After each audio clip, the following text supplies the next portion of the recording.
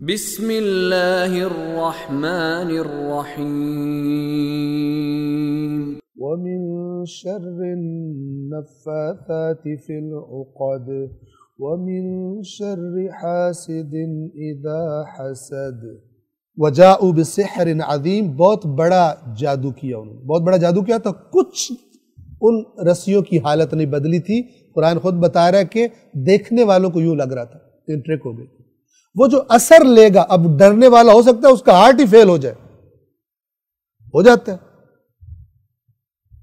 بے ہوش ہو کے گر جائے، کیونکہ جو آنکھ نے دکھایا ہے اس کا جتنا اثر کمزور دل والا، کمزور ارادے والا بندہ زیادہ افیکٹ ہوگا، اور جس نے سیدھا راستہ نہیں دیکھا ان چیزوں سے بچنے کا، اللہ اور اللہ کے رسول سے، پھر وہ الٹے سیدھے لوگوں کے کاروبار چمکائے گا، انہیں پیمنٹس کرے گا، اب اتنے بکرے بھیجو، اب یہ فلان کرنا ہے، اب اتنوں سے مسئلہ حل ہوگا۔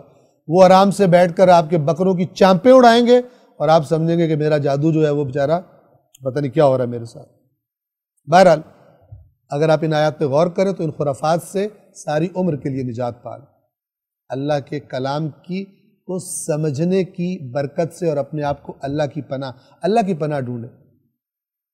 جو 24 گھنٹے 7 days a week اور 24 hours 24 گھنٹے اویلیبل ہے، بجائے یہ کہ بعض پیروں کے بارے میں بتایا گیا کہ وہ 40 دن کا ٹائم دیتا ہے۔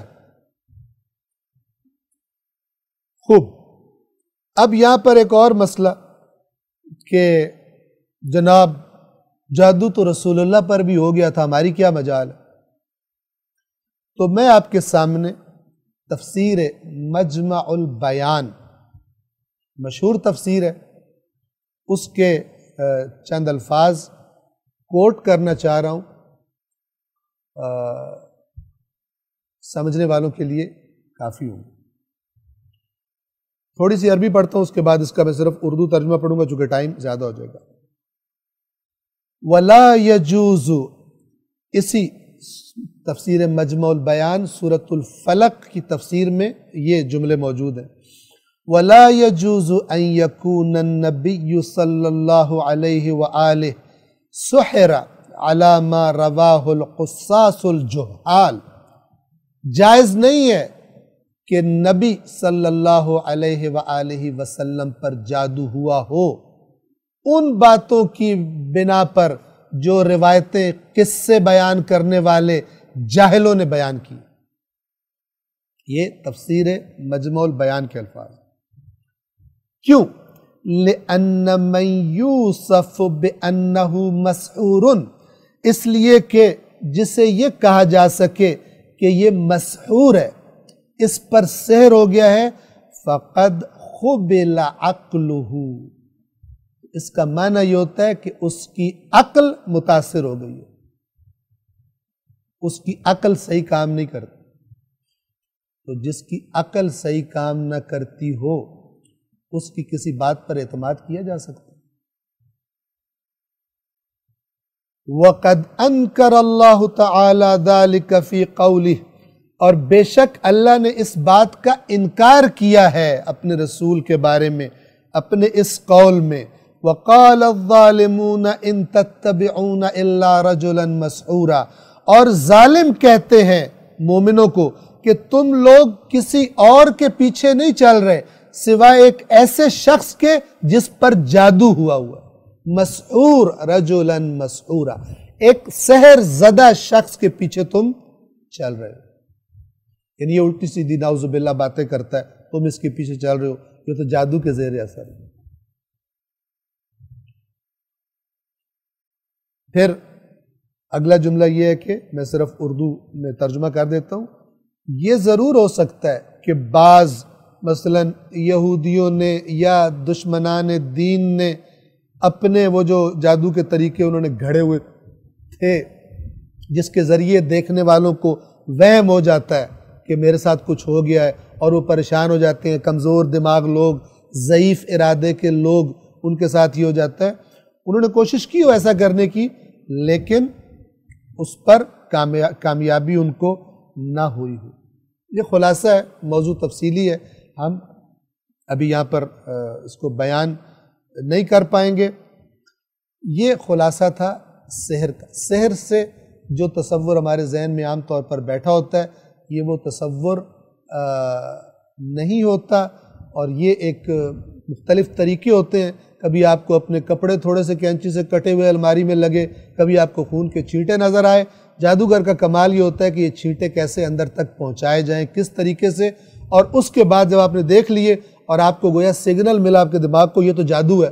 جتنا آپ نے قبول کیا، آپ نے دماغ کو قبول کرایا، اتنا آپ پر جادو ہوگا، اور جتنا آپ نے دماغ کو جھٹک دیا اور اللہ کی پناہ میں خود کو دے دیا، آپ پر انشاءاللہ کسی جادو کا اثر نہیں ہوگا۔ اور یہ جو ایسی چیزوں کو دیکھنے سے اور ان کی حرکتوں سے جو بھی اس کی حقیقت ہو، اس سے بھی بچنے کے لیے سورۃ الفلق اور اس کے بعد سورۃ الناس، یہ وہ بہترین دو صورتیں ہیں کہ جو ظاہری و باطنی ہر قسم کے دشمنوں سے بچنے کے لیے اللہ نے اپنے رسول کو سکھایا۔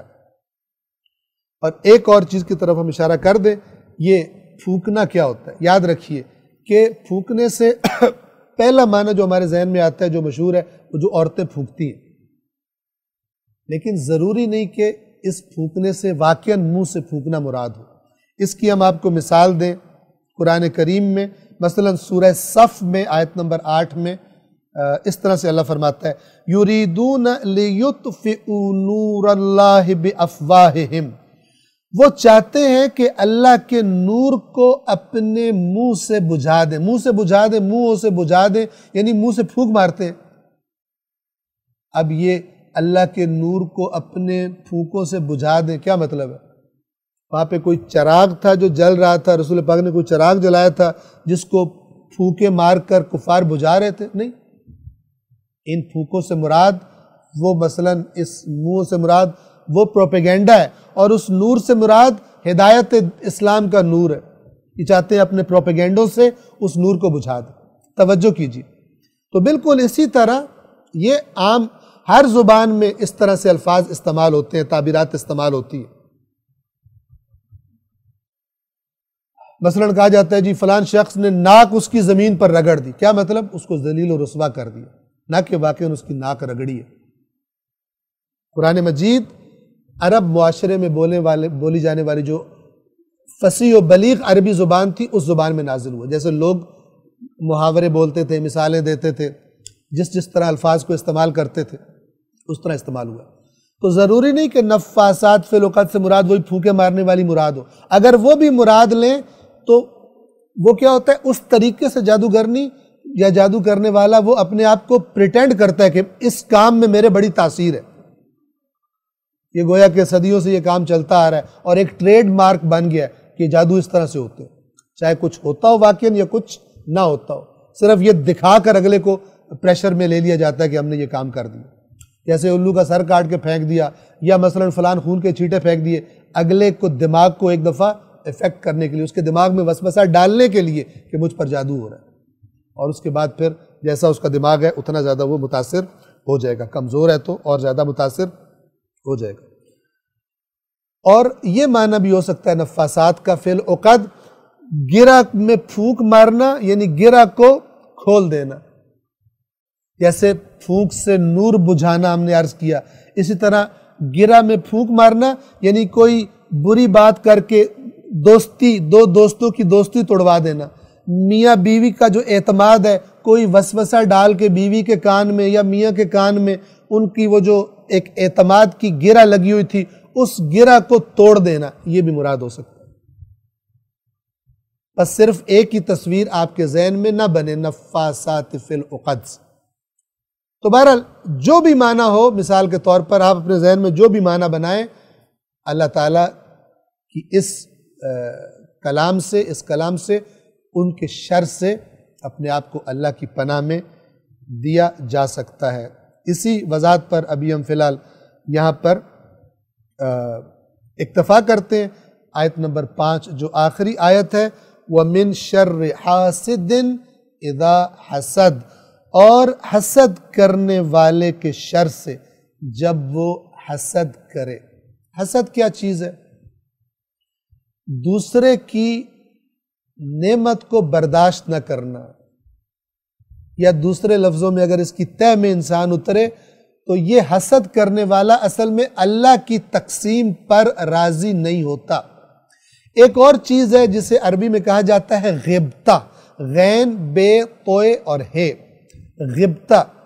غبطہ کیا ہے کہ اگر کسی کے پاس نعمت دیکھی، خدا سے دعا کی خدایا مجھے بھی عطا کر، بغیر اس کے کہ اس کے بارے میں جلن پیدا ہو کہ اس کے پاس کیوں ہے۔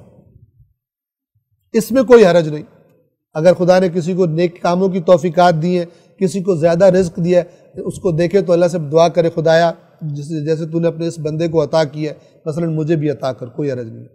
یہ حسد نہیں ہے، اسے کہتے ہیں غبطہ۔ حسد کیا ہے؟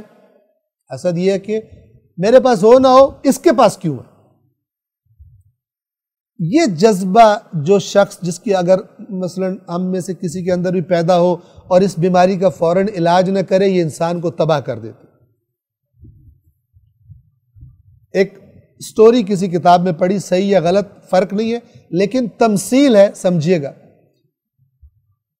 اس میں بیان کیا گیا تھا کہ ایک دن شیطان اور فرعون مل کر بیٹھے کھانا کھا رہے تھے، شیطان اور ابلیس اور فرعون۔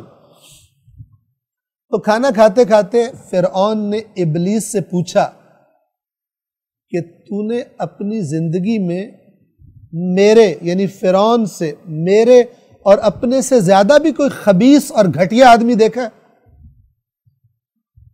یعنی کوئی اے ابلیس تو نے کوئی ایسا انسان دیکھا ہے جو مجھ سے اور تجھ سے دونوں سے زیادہ پلید اور گھٹیا اور خبیث ہو؟ اس نے کہا ہاں میں نے دیکھا ہے۔ کون سا؟ کہتا ہے ابلیس کہتا ہے کہ میں ایک دفعہ کسی بستی میں میرا گزر ہوا تو میں ایک گھر میں چلا گیا، وہاں ایک شخص سے میری جان پہچان ہو گئی اور اس نے مجھے مثلا بڑا ویلکم کیا، جو ہماری دوستی ہو گئی تو میں نے اس کو بتایا کہ میں ابلیس ہوں، بتا میں تیرے لیے کیا کر سکتا ہوں۔